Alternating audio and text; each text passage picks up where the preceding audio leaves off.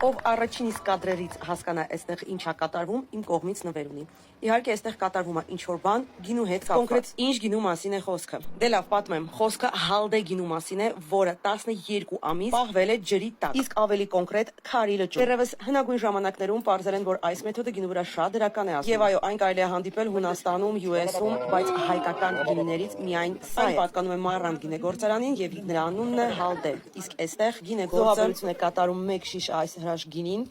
զոհաբերում է այն լճին, որտեղ որ ինքը հնեցվել է։ Դա քարի լիճն է, Արագած։ Եվ չմոռանամ ասեմ, թե ինչ հրաշք ժամանակ ես անցկացրեցի, ծանոթացա նոր եւ շատ հաճելի մարդկանց հետ, շնչեցի հրաշալի եւ մաքուր օդ, խմեցի ֆանտաստիկ գինի եւ կերա շատ համով ուտելիքներ, որոնք պատրաստել էր հենց Սոնա Թաշյանը։ Դա այն գինիներից է, որ կյանքում գոնե մեկ անգամ պետք է խմել։ Պես նաեւ իդեալական նվեր է թանկ մարդու համար, այնպես որ նկատի ունեցեք։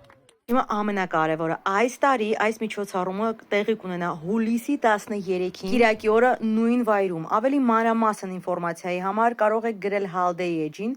որպեսզի բաց չթողնեք ամենատեսարժան միջոցառումը գինու հետ կապված 2025 թվականին։ Դե ինչ, կտեսնվենք